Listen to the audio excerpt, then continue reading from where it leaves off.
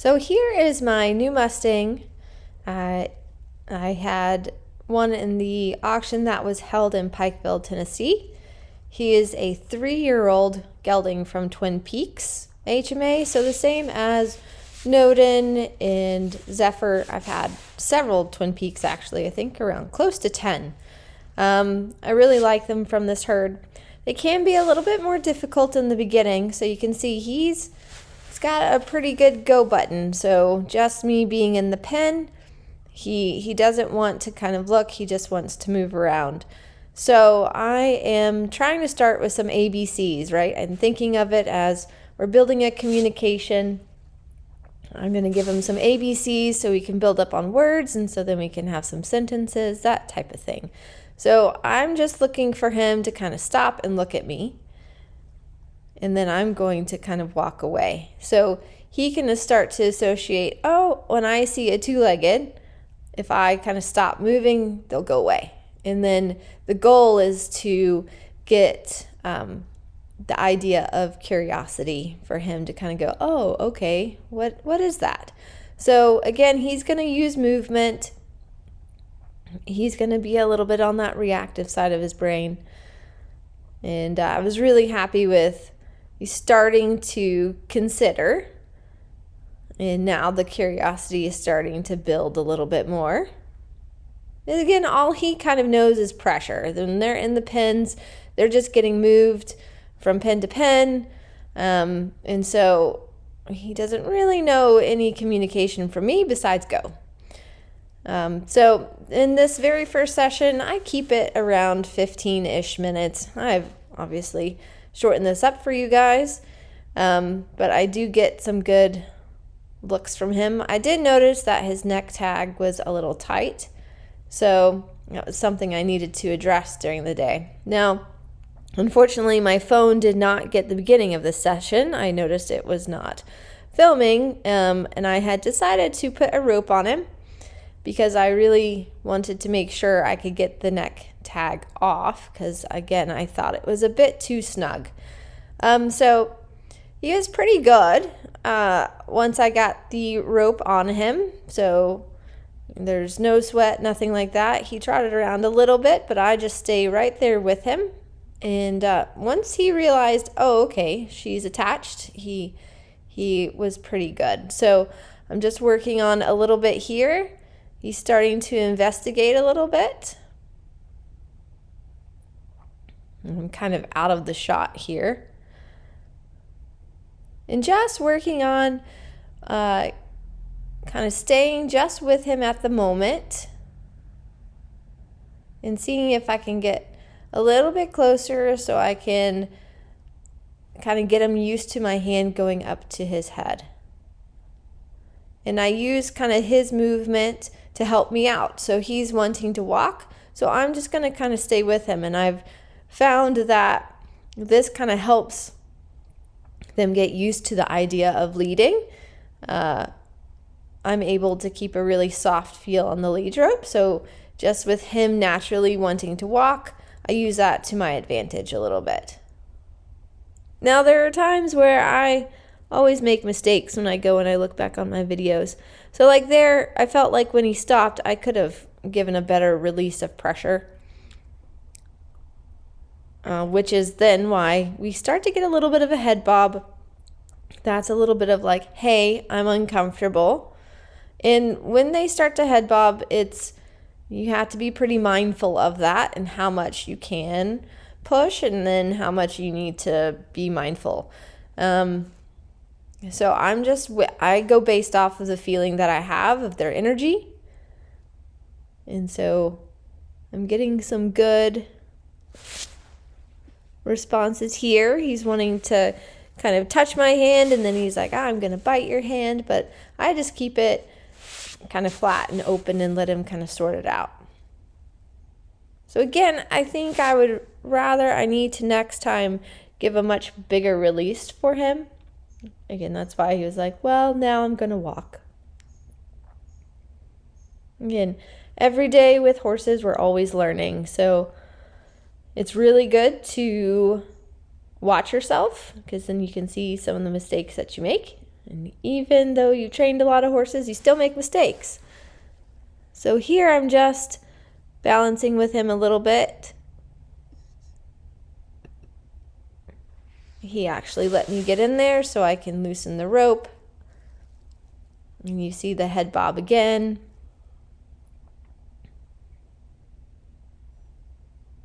And he's funny because he is allowing me to touch his face. Again, we're a little far away because we're in that back corner, but I'm able to kind of start to get in on that neck tag because, like I said, I really want to get that neck tag off. It's a bit snugger than I would have liked. And I feel like if I can give him some relief, he'll appreciate that. So he's actually doing pretty good. And he got a little bit uncomfortable, but then he was like, oh, okay, it's actually not bad because I'm able to move the neck tag around. He's not being super reactive, but he is letting me do it. Now, oftentimes when they're very reactive, you can't use two hands. You have to use just one, but he let me. And so I was able to take that neck tag off. And now I'm going to walk away. That was a big deal. He let me do that. And with both hands. So, again, got that neck tag.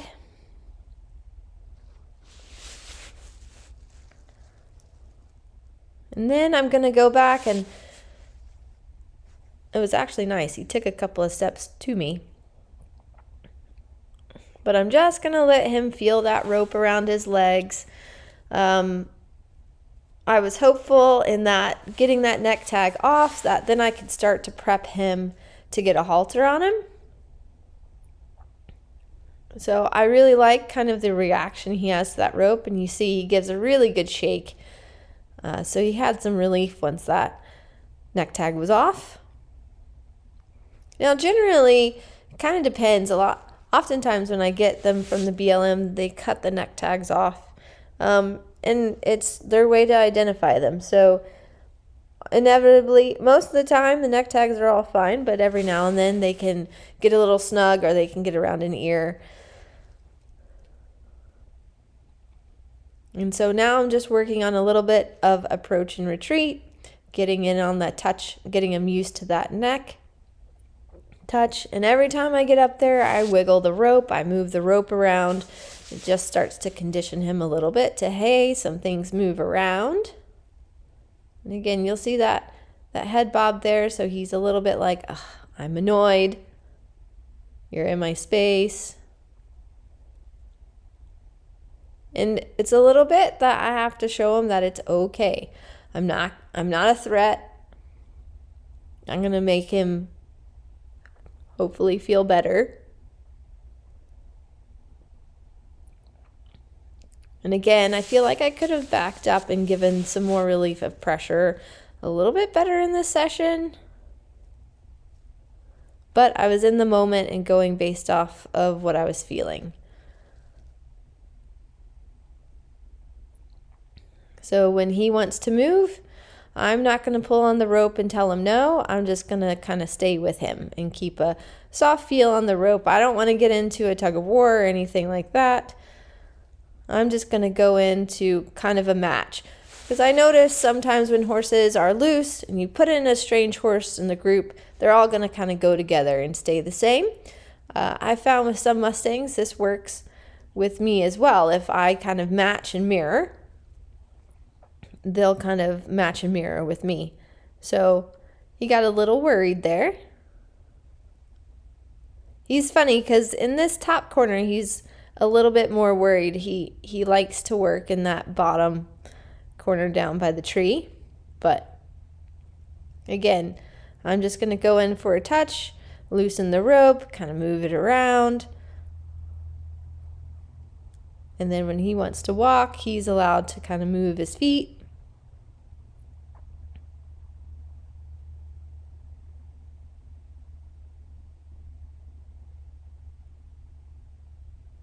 And I'm just going to let him walk. I do have to be mindful of that rope behind me, because if there are, I have gotten rope burn behind the knee, and that is not fun. So, yes, I have to manage my rope a little bit better. Again, I tend to do better with it not all coiled up in my hand. I didn't feel like he could handle that at the moment, so. But the walking and the relaxation is getting a little bit better, and I'm able to put a little bit of pressure on the rope, and that was a really nice response. And it's funny what Mustangs will offer you. So he started to offer me his chin, which oftentimes can be a reactive point for them. But as soon as I put my hand on his chin, he really started to put weight on my hand, like it was a relief point for him. And I thought that was really interesting. So that was a really I felt a turning point for him. And so I'm just going to kind of go back to right under that chin again. I've had horses offer their cheeks before, or even their bum, just certain spots. But he really seems to respond to a lot of stuff on his face. Like he actually likes it. And again, sometimes when they have face stuff, it can bother them and they can be reactive. But he seems to be really enjoying it. And probably out of all the Mustangs I've had, he's a bit more unique that way, where he wants his face touched. Then I'm just going to try to listen to when he's like, okay, that's enough. And just trying to find some access points again, So that chin is a bit of an access point. And this is where he's really kind of putting the weight on my hand. And he lets me rub up and down his jaw, kind of through that jugular also. Again, though, I think he appreciated when I took the neck tag off. And I really like his reactions to the rope. He's not too worried about the rope, but I've kept everything pretty soft. There's no reasons to be, but he's a wild horse. He can have reactions. So again, just going in and trying to get that access point to where I can he can feel my energy, I can feel his energy.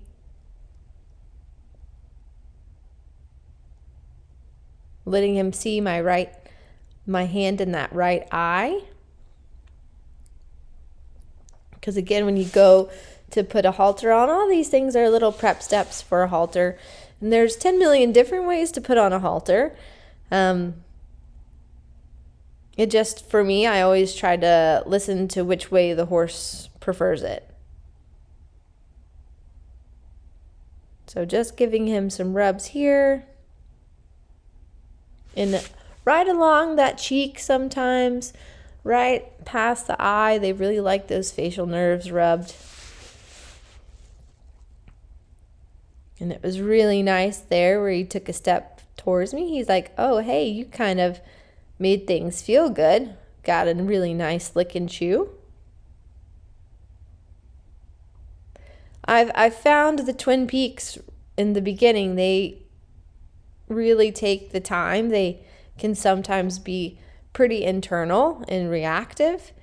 But once you're able to get through that, they are hilarious and very gregarious. And I really enjoy training from this herd. So working on touching on the top of his poll. He seems to be okay with that. And again, under the chin. And he comes in he's starting to get pretty curious.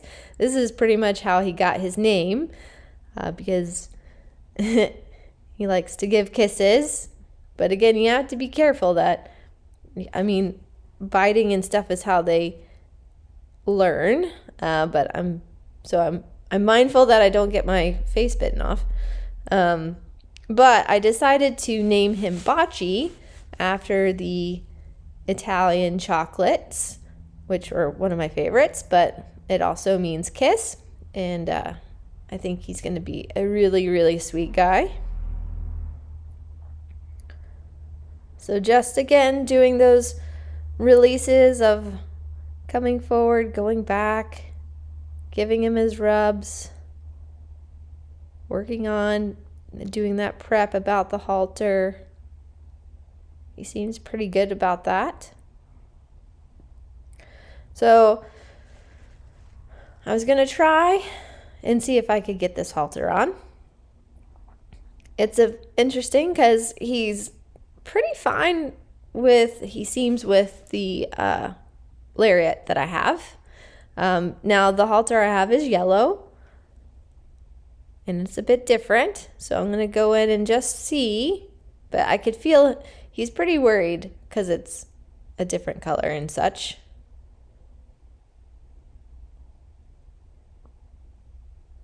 So I was just, okay, let's see if we can get the nose. Let's get used to the halter. And he's like, okay, I need to go for a walk. That makes me nervous. And there I put a little bit of pressure of the rope to be like, hey, maybe consider. You know you're nervous, but let's see if we can work through this a little bit. So again, I give him his chin relief. And then again, from where I put the pressure on the rope, I'm going to give that release.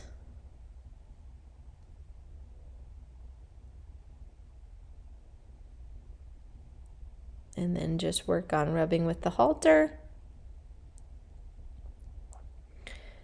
And he wanted to walk around. And then I decided, I felt like that halter was just a bit too much.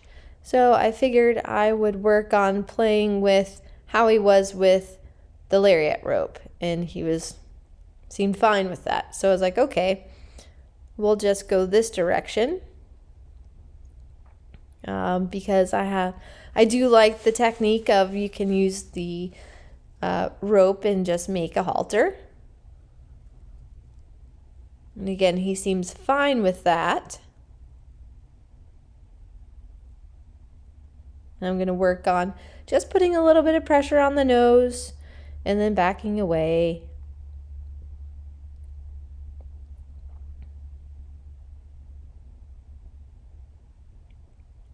And that was pretty good. He backed up because he got a little nervous, but that's to be expected. But I'm pretty happy with how he was reacting to me lifting the rope up. I think we made a lot of progress, so I felt pretty comfortable that I could get the rope on and off of him at least. And I really liked that for the most part, he's pretty relaxed. So again, working here on getting a little bit more of that halter prepping. I can get his head to move around. I can take the rope off.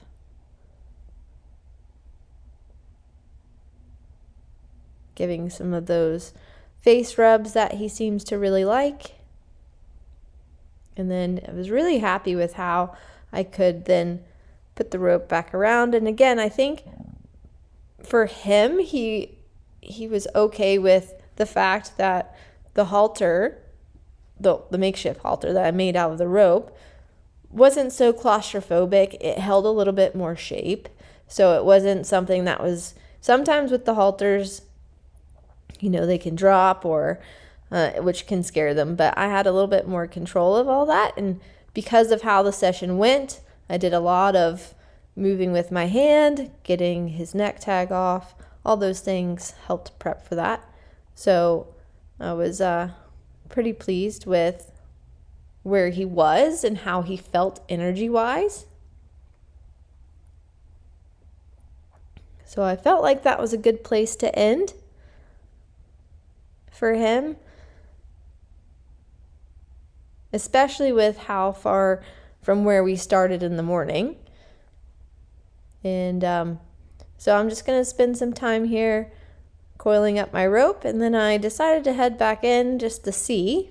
And you can see the difference between how he was kind of first thing in the morning versus how he is with me coming in. And again, who knows what tomorrow will bring, but I'm going to sit here and try to give him some of those rubs.